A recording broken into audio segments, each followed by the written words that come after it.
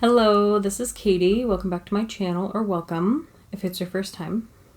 We are going to be making a tri-fold card. So I'm going to make it 5.5 inches tall, like a normal card. But then we're going to take the 11 of the 8.5 by 11, so the 11-inch length, and divide it by 3, and I'm terrible at math, so that's somewhere between 3 and 10 and 11/16 of an inch. Not very smooth, but that's okay. So I'm just going to put a little dot where I need to score it in my scoreboard. And then I kind of forgot that in the scoreboard, if you need to score at a certain spot, you don't have to put the card stock into the corner and use the nearest slot. You can move it over to a slot, so it's a little off, but that's okay because it ends up looking kind of cool. So to make this easier on myself measurement wise, I'm going to put the tape runner adhesive down onto the front card panel and just kind of cover it to the edges and make sure the whole card panel is covered. That may seem like a lot of adhesive to some people, but I really want this to stick down. And then I'm just going to line it up to the edges, make sure it's totally covered, and then use my super handy long, mostly for ribbon, scissors. But they're handy because they're very long and they cut in one go a very long length. So I'm just going to trim off, and so I can save the cardstock for next time because it's super cute. I was admiring the cardstock. This is the Frank Garcia 31 from Prima Marketing, the Halloween collection, and it's super, super cute, and I really like the broom background. Then on the panel that you see when you open the front flap, we're going to do the same thing, but with the black background with the stars,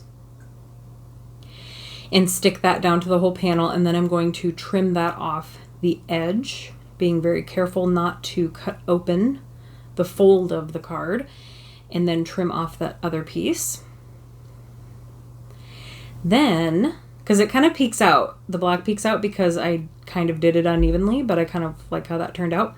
So now with these dies that I won from like a ThermoWeb giveaway that I didn't enter, I'm going to use one of these super handy circle dies that I received from them and only run the front panel through. You don't want to fold it because you'd cause problems. I had to run it through, just showing you how it fits back in, and I'll set that aside to use on another card because it's very cute. I had to run it through a few times to make sure it cut through, and of course running things through your die cutting plates can kind of affect the card stock you don't intend to affect, so you can always cover those on the inside with like more panels of cardstock if you want. Then I'm going to be using MFT Boo Crew, which is a super cute set, kind of similar to Lawn Fawn Costume Party, I believe it's called. Just super cute little witches and mummies and things like that. So I'm going to be using the witch, since this will be a witchy themed card. She's going to be going into that circle in a fun way. And I'm just reaching for my tri-blends because they are there and they are easy, and her outfit will be purple because it's me and she's a witch, so her witch hat has to be purple. So I decided her dress should match as well. And I am just moving very slowly and very lightly because these nib tips are not super thin or pointy, so these images are very little and they have corners, very pointy corners, that I could go over the line very easily with. So I'm just coloring very slowly. Then any break is me trying to decide on colors. I'm going to be using the tan blend for her skin tone, which I've used a lot for like sand. I did a summer card swap and had like a beach scene. It was pretty pink posh, and the sand castle I colored with this, which is why there's a sticker on this marker. Not a sticker, it's Harry Potter washi tape. But I put washi tape on it because it's a newer one, because I actually bought a backup. They happen to be in store at a craft store that's kind of far, so I don't visit it super often. But they happen to have tri-blend markers individually, so I bought a couple individual ones of the ones that I use often because I don't want to run out of the ink.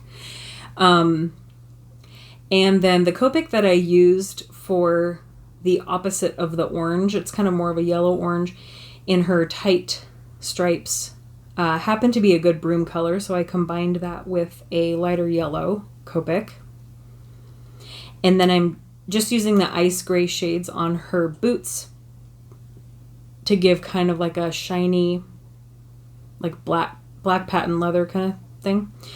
And then I just went out a little bit, so I used my Copic 0 to bleed that away. Really only use the Copic 0 for when I go out of the lines and to spread out a gray outline on a ghost. That's really my purpose for Copic 0 markers. And then I'm using the tan shades for her hair and just trying to somewhat work in a 3-color blend here as carefully as I can. Another use I've seen people use, it's like those videos where they're like, here's examples of what you can do with this. It's like those beginner watercolor technique videos where they use like salt and saran wrap, but nobody actually uses it in practice. Like no one watercolors with salt and saran wrap that I've seen, but all the technique tips or whatever videos have that in it, if you've ever seen those, and it's just kind of weird to me. But I have seen this is what you can do with a Copic 0 marker, is like, let's say you have a panel of a color like red, and then you take the Copic 0 and you put the tip straight up and put like polka dots, because it bleeds out the red color, so then you have red with like lighter polka dots in it. I've never actually seen anyone do that in practice, like on an image or in coloring, if that makes sense. So our super fun pop-up for our little witch is going to be an action wobbler.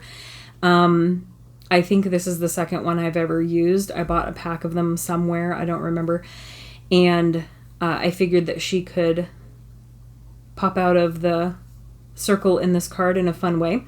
So after I figured out what side was probably the side that should go on the image and which side sticks to the paper, I'm going to hold her very carefully so I don't bend her hat, keep her somewhat straight, and then stick it down.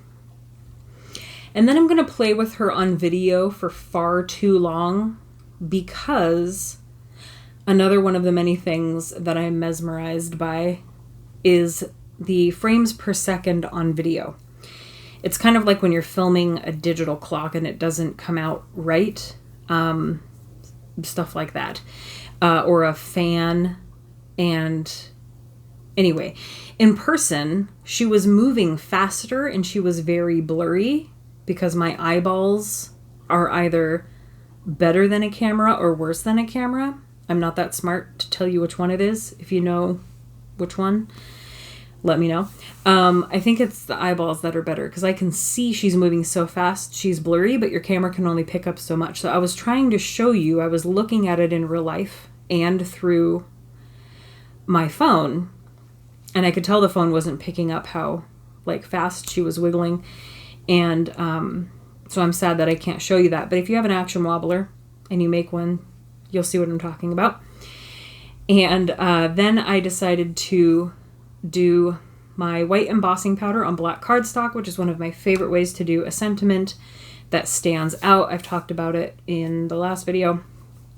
Any holiday, any occasion, white embossing powder on black can really make a sentiment pop on any card.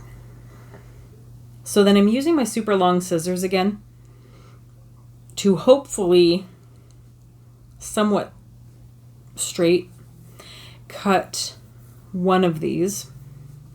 I think I end up going with the second one because this one had too much space at the top and it was a little crooked and it didn't look right. I didn't stamp it super straight. I probably should have put this in my Misty, but since it's the super sticky ink and I only need to stamp it once, I didn't really feel like doing that. So I'm just trimming this one a little better while trying not to cut off my fingers. And then I'm going to punch with my square punch. This is your tip of the day to get a banner flag end, is to have a little square punch handy. And then I'm just trying to straighten out some bumps along the bottom to make that one look a little bit better so I can use it. And then I decide to use my second one and toss the first one aside.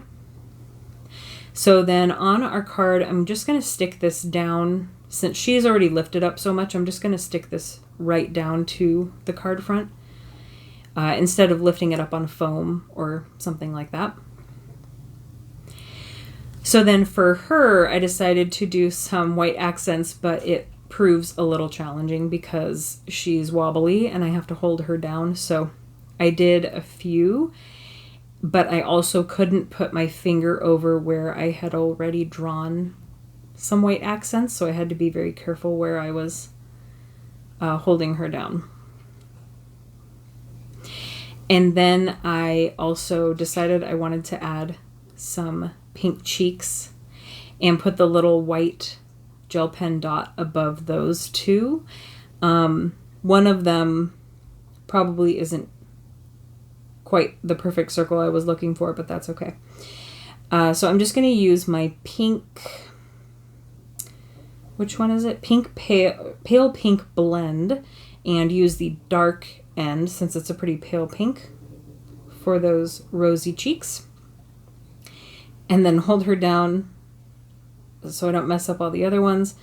And this is where I probably wasn't too straight on that. But that is our card, and I will zoom out so I can show it to you properly.